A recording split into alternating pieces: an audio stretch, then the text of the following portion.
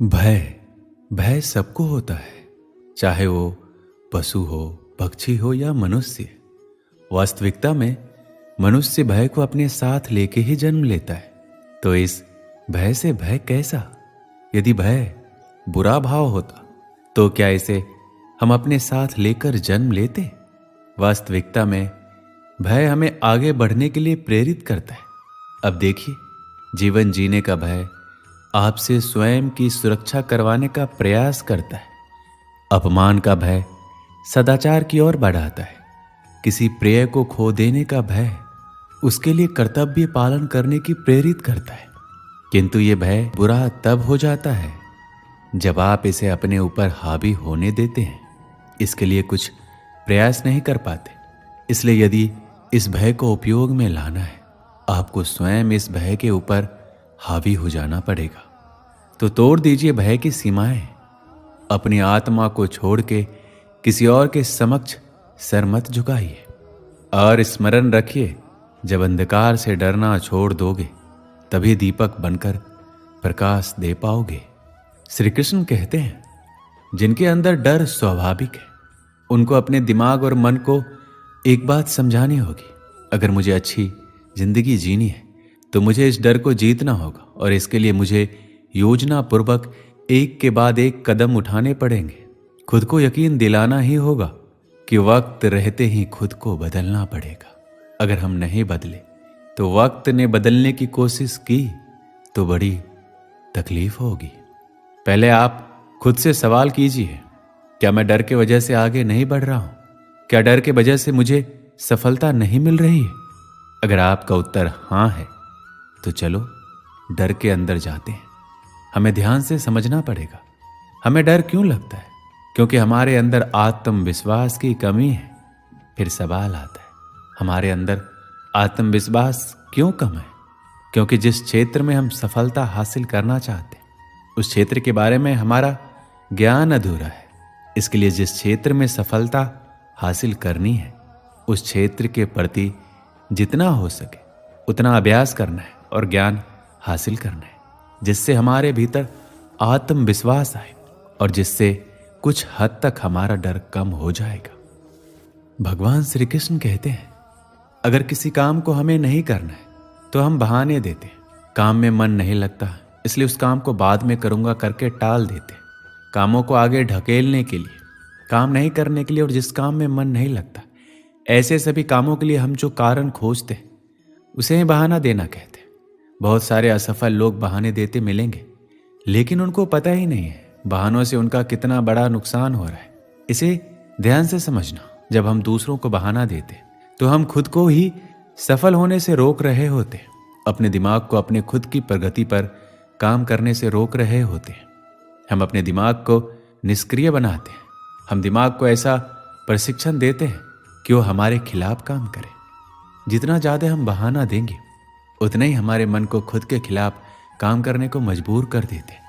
इसका परिणाम ये होगा कि आप अपने ही कामों से दूर भागोगे, जिम्मेदारी से दूर भागोगे, काम में मन नहीं लगेगा, जीवन में उत्साह कम होगा, जीवन में सही निर्णय लेने में देर हो जाएगी, और फिर आप सोचेंगे कि ये सब मेरे साथ ही क्यों हो रहा है?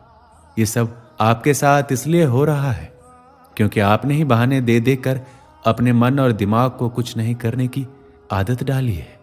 भगवान श्री कृष्ण कहते हैं, मनुष्य का स्वभाव है कमाना, संग्रह करना, फिर चाहे धन हो, नाते हो, संबंध हो या प्रसन्नता।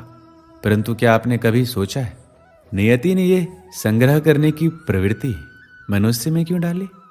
एक बीज से पौधा पनपता है, उसके भोजन से फल संग्रहित होते हैं। क्यों? इसलिए ताकि वृक्ष उसे स्वयं खा सके? नहीं, बल्कि इसलिए ताकि वो भूखे जीवों में बांटा जा सके। अब आप पूछेंगे कि इसमें वृक्ष का क्या लाभ? लाभ है, क्योंकि जो बांटता है वो मिटता नहीं। जो फल ये जीव खाते हैं और उसके बीजों को वातावरण में बिखेर देते हैं, जिससे जन्म लेते हैं नए वृक्ष, उसकी जाति, उसका गुण, उसकी मिठास अमर हो जाती है। श्री कृष्ण कहते हैं, मन बड़े ही विचित्र कृति है। ये मन शरीर के किस अंग में बसता है कोई नहीं जानता, किंतु संपूर्ण शरीर इस मन की इच्छा साकार करने के लिए प्रयास करता रहता है। अब यदि मन कुछ खाने का करे तो व्यक्ति उसकी इच्छा साकार करने का माध्यम ढूंढता रहता है। अब यदि मन किसी को शत्रु समझ ले तो व्यक्ति उसे नष्ट करने का हर संभव प्रयास करता है। अब यदि मन किसी से प्रेम करे तो उसकी प्रसन्नता के लिए हर सीमा लांघने के लिए सज्ज रहता है। परंतु जीवन सुखद हो इसके लिए यह आवश्यक है कि मन खाली रहे। भगवान श्री कृष्ण की बांसुरी की भांति भीतर कुछ भी नहीं है, न राग है न द्वेष, तब भी स्वर निकलता है। इसी प्रकार मन को भी भावनाओं से मुक्त रखना आवश्यक है। स्मरण रखिए, मन में कुछ भरकर जियोगे तो मन भर के नहीं जी पाओगे। भगवान श्री कृष्ण कहते हैं, मनुष्य की सोच संसार का सबसे गहन या कहो सबसे कठिन भाव है। कब क्या होने के पश्चात ये मन क्या सोच बैठेगा, ये कहना असंभव है। और यही सोच कई बार हमारे मन में हीन की भावना ले आती है। हम सदा हमसे ऊपर की श्रेणी के व्यक्तियों को देखते हैं, उनके जीवन का विश्लेषण करते हैं और फिर स्वयं को हीन समझ लेते हैं। इसके पास इतना धन है, उसके पास कितना बल है और मेरे पास कुछ भी नहीं। मैं कितना हीन व्यक्ति हूं, संसार के लिए मैं कुछ भी नहीं हूं। होता है ना ऐसा, किंतु ऐसा नहीं है। आपके पास भी बहुत कुछ है। पलट के देखिए, किसी भूखे व्यक्ति को केवल एक रोटी मिल जाए तो भले ही दूसरों के लिए वो अन्न का दाना होगा, किंतु इसके लिए वो भोज से कम नहीं है। इसलिए जब भी मन में हीन की भावना जागे, अपनों की ओर देखिए, उनकी ओर पलटिए। आपको विश्वास हो जाएगा कि भले आप ये मानते हैं कि संसार के लिए आप कुछ नहीं हैं, कुछ लोगों के लिए आप संपूर्ण संसार है। तो जो आपका संसार है उसमें प्रसन्न रहना सीखिए। हमारे पास अक्सर बहुत लोग आते हैं, कुछ को हम समय देते हैं, कुछ का हम तिरस्कार करते हैं, किंतु तिरस्कार कभी नहीं करना चाहिए। किसी व्यक्ति के आपके पास आने के 3 मुख्य कारण होते हैं, भाव, अभाव और प्रभाव। यदि कोई आपसे प्रेम भाव से आए तो उसे प्रेम दीजिए, सम्मान दीजिए। यदि कोई आपके पास अभाव में आए तो उसकी आवश्यकता को समझिए और जितना हो सके स्वयं से उसकी सहायता कीजिए। और यदि कोई आपके पास प्रभाव के कारण आए तो उसे समुचित सम्मान दें।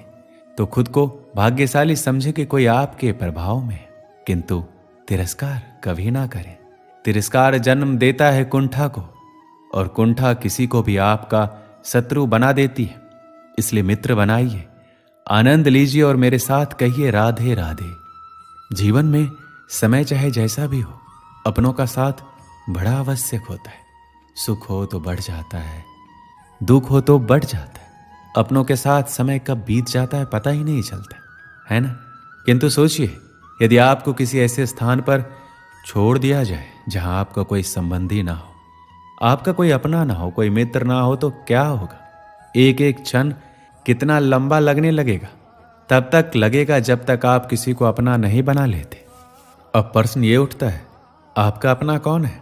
वो संबंधी जिनके साथ आप रक्त से जुड़े हैं, या वो मित्र जिनके साथ आप बालपन से पले बढ़े हैं, या वो सहकर्मी जिनके साथ आप काम करते हैं? नहीं, अपना वो है जो विपत्ति में काम आए। अपनों की परख समय की कसौटी पर की जाती है। श्री कृष्ण कहते हैं, कभी आपने सोचा है इस संसार में हम सबसे अधिक किससे जुड़े हैं?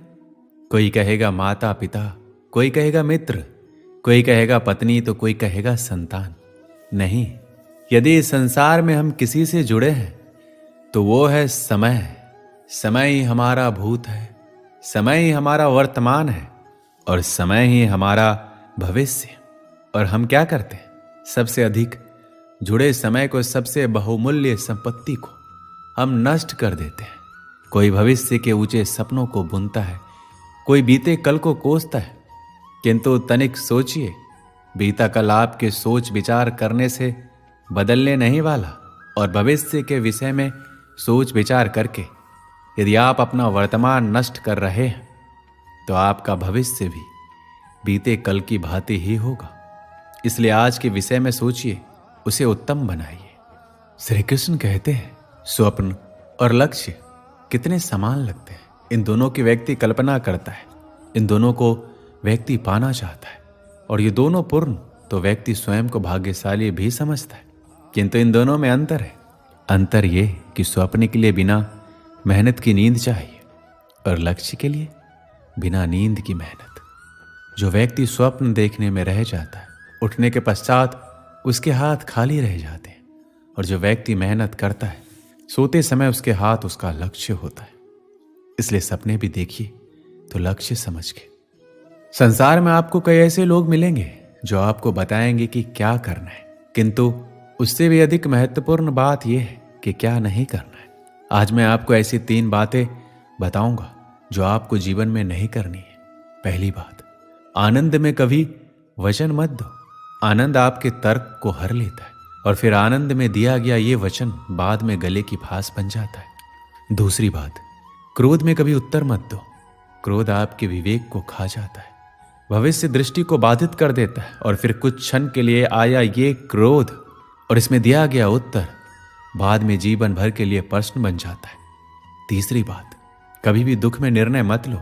दुख आपके सोचने समझने की क्षमता को सीमित कर देता है और दुखी मन से लिए गए निर्णय सदा दुख ही देते हैं।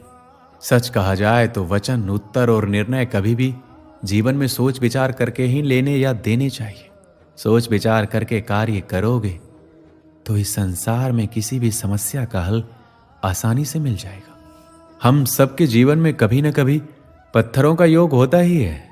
ये संसार हम पर कभी न कभी पत्थर बरसाता ही है, कभी हमें बुरा समझकर, कभी असफल मानकर, कभी हमें बुद्धिहीन मानकर। कारण बहुत सारे हैं, किंतु इन पत्थरों से हमें चोट खानी है या नहीं, ये हमारे हाथ में है। या तो आप इन पत्थरों से चोट खाकर आंसुओं से डूबे रह सकते हैं, और यदि आप चाहें तो इन पत्थरों से सेतु बनाकर समस्या का सागर पार कर सकते हैं। निर्णय आपका है।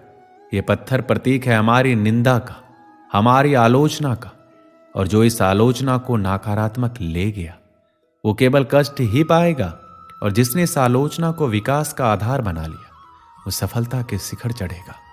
इसलिए स्मरण रखिएगा, आलोचना आपका शत्रु नहीं, आपका सबसे बड़ा मित्र है। श्री कृष्ण कहते हैं, अक्सर आपके बड़े बूढ़ों ने आपसे कहा होगा कि यह संसार दुख का मूल है और ईश्वर भक्ति उस दोष से दूर जाने का मार्ग है। किंतु सोचिए, यदि यह संसार दुख का सागर होता तो क्या नियति आपको यहां जन्म लेने देती? क्या ईश्वर यहां पर अवतार लेते? जब समस्याओं पर हमारा वश नहीं चलता, हम आरोप लगाते हैं इस संसार पे, यहाँ के लोगों पे, सोचते हैं काश वो यहाँ पर आया ही नहीं होता। एक किसान बंजर धरती पर जाता है और अपने परिश्रम से उसे लहलहाते खेत में परिवर्तित करता है। एक दर्जी जिसके पास एक सामान्य सा वस्त्र जाता है, अपने परिश्रम से उसे एक सुंदर वेश में परिवर्तित कर देता है। आप भी परिश्रम कीजिए। यह महत्वपूर्ण नहीं है कि आप किस संसार में आए हैं, यह महत्वपूर्ण नहीं है कि आप यहाँ कैसे आए। अगर कुछ महत्वपूर्ण है तो यह है, जब आप गए तब आप इस संसार को कैसा छोड़ के गए। और ये सोच के जिए कि जो किसी के लिए नर्क है वो किसी का स्वर्ग बनाकर निकलोगे तो आपका जीवन और आपका संसार दोनों धन्य हो जाएंगे। पाना और खोना दोनों जीवन के महत्वपूर्ण भाग हैं। जीवन भर व्यक्ति कुछ पाता है तो कुछ खोता है। कभी धन खोता है, कभी सम्मान, कभी मित्र, कभी अभिमान। किंतु खोना बुरी बात नहीं है, क्योंकि खोने के साथ ही वो आपको एक अमूल्य सीख दे जाता है कि कैसे उसे दोबारा ना खोया जाए। इसलिए यदि कुछ गवा दिया तो उससे मिली सीख ना गवाए, क्योंकि उसी सीख की सहायता से आप अपना खोया हुआ पुनः पा सकते हैं। जीवन में कुछ पाना हो तो सोच और कर्म बड़े आवश्यक होते हैं, किंतु क्या केवल सोच से, क्या केवल कर्म से आपको सफलता मिलती है? नहीं।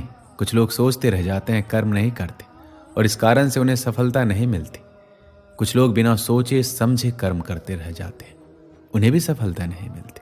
स्मरण रखिएगा, वृक्ष को काटना हो तो कुल्हाड़ी के लगातार प्रयास करने के साथ ही कुल्हाड़ी किस दिशा में मारी जानी चाहिए, इसका ध्यान रखना जरूरी है। सोच और कर्म इनका ठीक से सम्मिश्रण करेंगे तो अवश्य ही सफलता मिलेगी। हम मनुष्य कितने ढीठ होते हैं। एक बार लक्ष्य पर दृष्टि साध ली तो उसे पाने के लिए जी जान लगा देते हैं, किंतु उस लक्ष्य को पाने की आतुरता में उस मार्ग का आनंद लेना ही भूल जाते हैं। स्वास्थ्य को दांव पर लगाते हैं धन कमाने के लिए, और फिर वही धन गवा देते हैं स्वास्थ्य को पुनः सुधारने के लिए। देखिए, चाह बुरी बात नहीं है, किंतु चाह को पूर्ण करने की चाह में उस मार्ग का आनंद लेना भूल जाना, ये तो मूर्खता है। कभी कभी पूर्ण पाने की चाह में व्यक्ति सब कुछ गवा देता है, भूल जाता है कि आधा चंद्रमा अधिक सुंदर होता है। जो नहीं है उसे पाने का प्रयास आप अवश्य कीजिए। किंतु जो है उसका संपूर्ण आनंद लेने में वंचित मत रहिए। दोस्तों, इस वीडियो में बस इतना ही। मिलते हैं अगले वीडियो में। अपना ख्याल रखिएगा। जय श्री कृष्ण।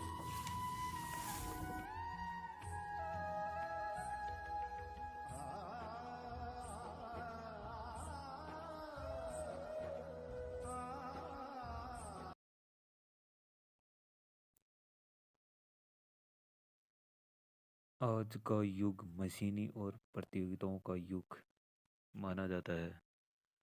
हर मनुष्य धन दौलत और तमाम सुख सुविधाओं प्राप्त करने के लिए दिन रात दौड़ते रहते हैं।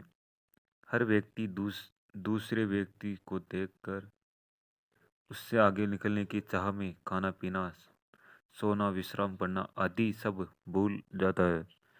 सैकड़ों चिंताएं उसे ऊपर सवार रहती है और उसे सोते जागते, उठते बैठते, खाते पीते यानी हर समय कुछ ना कुछ सोचते रहने पर विवश करती है। मनुष्य को हर दिन रात का सोचना उसे शांति के साथ सोने भी नहीं देता है। उसका भोजन पूरी तरह नहीं पचता, जिससे उसे कब्ज जैसे अनेक रोग घेर लेते हैं। इसी कारण से आज ज़्यादातर लोग अनिद्रा जैसे भयंकर रोगों से ग्रस्त हो गए। मनुष्य की नस नाड़ियाँ ढीली हो जाती है, जिससे उसे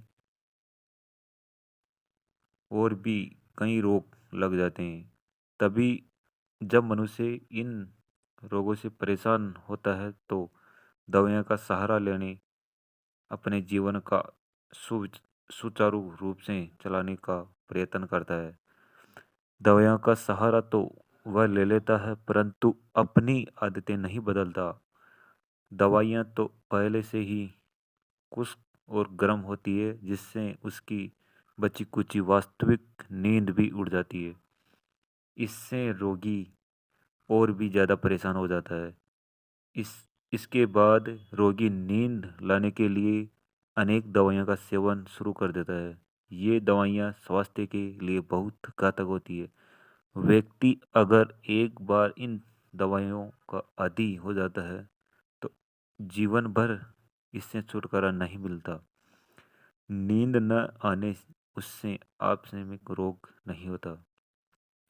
नींद न आना अपने आप में कोई रोग नहीं है, बल्कि यह अन्य रोग व मानसिक परेशानी की प्रक्रिया है।